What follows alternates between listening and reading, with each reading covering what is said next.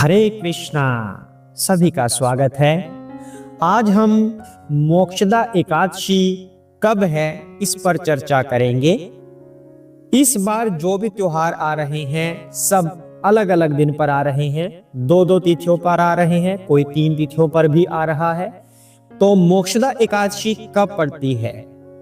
कोई व्यक्ति 10 को मना रहा है, कोई कह रहा है कि 12 को है।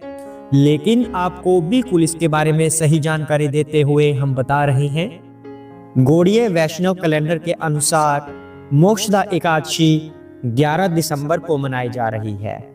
मोक्षदा एकादशी का व्रत 11 दिसंबर को रखा जाएगा और व्रत परायण का समय होगा उससे अगले दिन अर्थात 12 दिसंबर को सुबह 7:09 से 10:34 तक।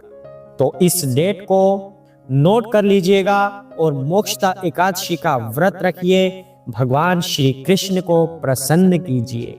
हरे कृष्णा। जय श्री कृष्णा चैतन्य प्रभु नित्यानंदा श्री अद्वैत गदाधर श्रीवासादि गौर भक्त वृंदा।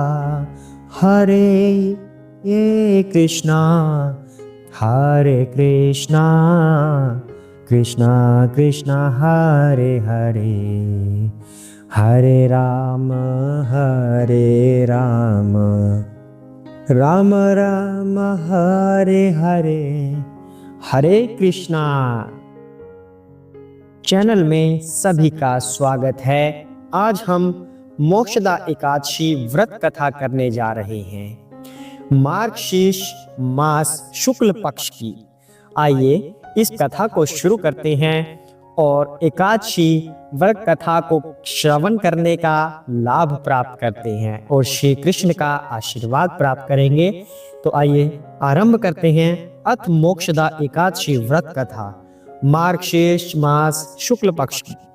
युधिष्ठिर बोले, हे देवेश, मुझे बड़ा संदेह है। इस कारण संसार के हित के लिए मैं आपसे पूछता हूँ, मार्गशीर्ष शुक्ल पक्ष की एकादशी का क्या नाम है? उसकी क्या विधि है? उसकी विधि मुझसे कहिए। श्री कृष्ण बोले, हे राजन, तुम्हारा प्रश्न बहुत सुंदर है। मार्गशीर्ष कृष्ण पक्ष की जो उत्पन्ना नाम की एकादशी है वह सुर दैत्य को मारने के लिए मेरे शरीर से उत्पन्न हुई है, इसलिए मुझको बहुत प्रिय है।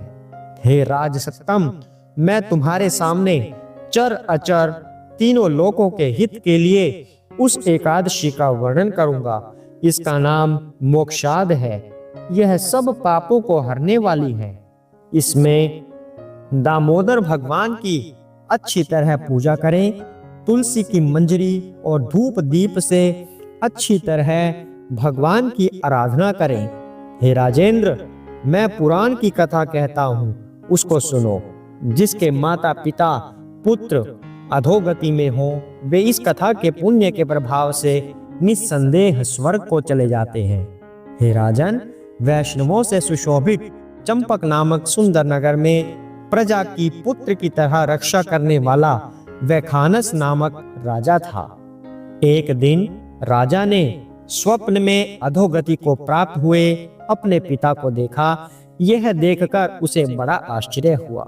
उसने ब्राह्मण से स्वप्न का वृतांत कहा। हे ब्राह्मण, मैंने स्वप्न में अपने पिता को नरक में पड़ा हुआ देखा है। पिता ने मुझसे कहा कि हे पुत्र, मैं अधोगति में हूँ, मेरा उद्धार करो। स्त्री पुत्र मुझे अच्छे नहीं लगते, मैं क्या करूं? हे ब्राह्मणों, जिसके द्वारा मेरे पूर्वजों को मोक्ष हो जाए ऐसा दान व्रत तप योग कुछ बतलाइए। जिसका पिता नरक में है उस बलवान पुत्र के जीवन से क्या लाभ? उस पुत्र का जन्म वृथा है। ब्राह्मण बोले, हे नृप, यहाँ पर्वत मुनि का आश्रम पास में है, उनके पास आप जाइए। वे भूत भविष्य वर्तमान सबको जानते हैं। वह राजा उनका वचन सुनकर मुनि के आश्रम में गया। वह आश्रम शांत प्रकृति के ब्राह्मण प्रजा और मुनीश्वरों से सुशोभित था। राजा ने वहां जाकर पृथ्वी पर साष्टांग प्रणाम किया। मुनि ने राज्य के 7 अंगों की कुशल पूछी और कहा कि तुम्हारा राज्य निष्कंटक तो है। राजा बोला, हे विप्र, आपकी कृपा से सब कुशल होने पर भी कुछ विघ्न उपस्थित हो गया है। हे ब्राह्मण, मुझे कुछ संदेह है, उसको आप दूर कीजिए। पर्वत मुनि राजा के यह वचन सुनकर नेत्र बंद करके भूत भविष्य को सोचने लगे। फिर राजा से बोले, हे राजेंद्र, आपके पिता के पाप को मैंने समझ लिया है।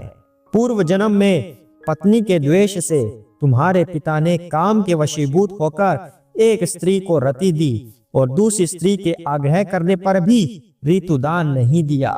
इस कर्म से वह नरक में पड़ा है।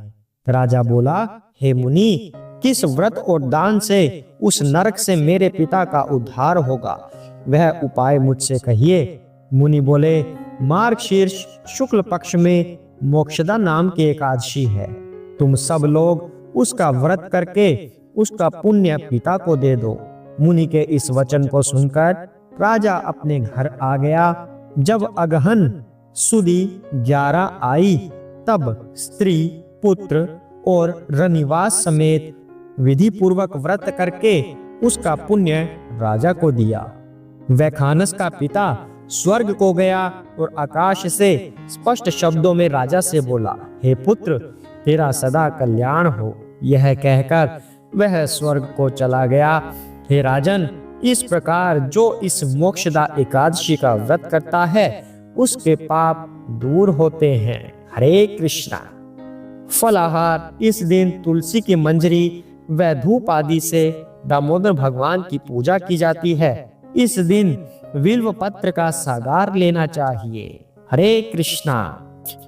तो यह थी मोक्षदा एकादशी की व्रत कथा। आशा करते हैं आपको यह पसंद आई होगी। अगर आपको पसंद आई है तो चैनल पर बने रहिए। जिसने सब्सक्राइब नहीं किया वो सब्सक्राइब कर सकते हैं। नोटिफिकेशन ऑन कर लीजिएगा ताकि इस तरह की व्रत कथाएं आपको आगे भी सुनने को मिलती रहे। और एक आपको महत्वपूर्ण जानकारी देते हैं, चैनल पर इस समय श्रीमद् भगवद गीता का पाठ चल रहा है। अत्यंत सुंदर पाठ, ज्ञानवर्धक पाठ, जो हमारे जीवन को सरल बनाने में बहुत ही सहायक है।